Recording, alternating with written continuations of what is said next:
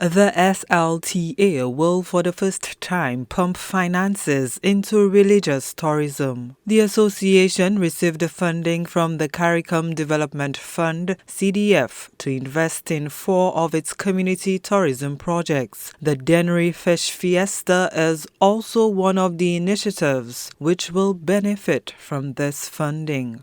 One of them being extremely important to us and the cruise tourism sector is the Morne Fortune, and it happens to be in a very strategic location, if I might say. All right? Yeah.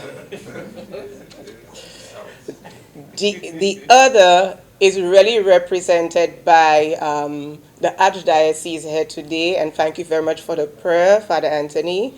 And this would be the first for us in Saint Lucia to look at religious tourism, and I'm sure Minister would explain it very well. It's one of the projects he articulates very passionately, just to say. We also looking at the Dennery Seafood Fiesta. I am always prompted by Minister Prosper reminding me, P.S., our Dennery Seafood Fiesta. The minor basilica of the Immaculate Conception in Castries is one of the institutions targeted for religious tourism. Papa is telling me about the idea they have for the church, and we started talking and they presented the initial concept to me, and I was like, I mean, this is fantastic. We need this in Saint Lucia. We really do. We need it. Because I had just gone from an experience and seen what they had done. And then when we presented to the CDF, it was almost automatic we were going to get the funding for it. Because I think they were sold, the team that came down was sold on it. When we presented the concept to them, it was like, yes. And I think it will be a first in the Eastern Caribbean. I don't know anywhere else in the Caribbean. We have that narrative, that story that we can tell about the cathedral, the experience that existed. Is called the Free Matters Shrine, commemorating, in a sense, what had took place a few years ago at the cathedral. So it is both a very powerful commemorative edifice of what the Catholic Church went through in St. Lucia and the loss of lives in defense of their faith. But at the same time, too, it is a religious tourism experience.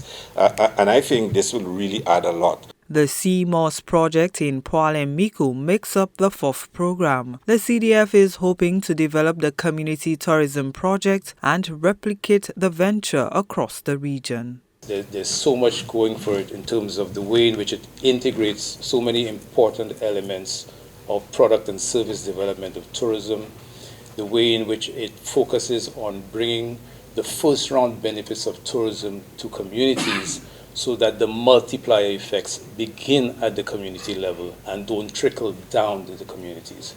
And this is what is most important about this program.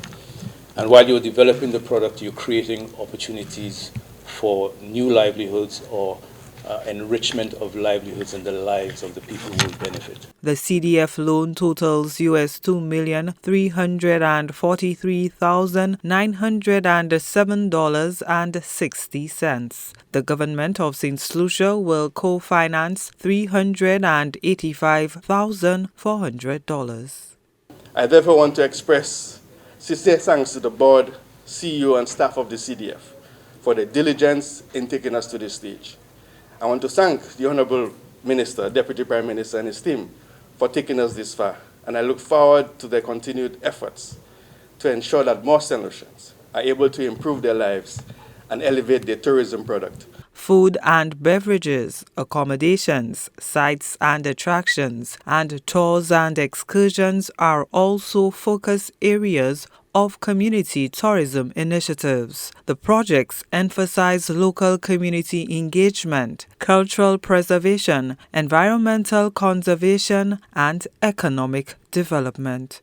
Gina Filippi, HDS News Force.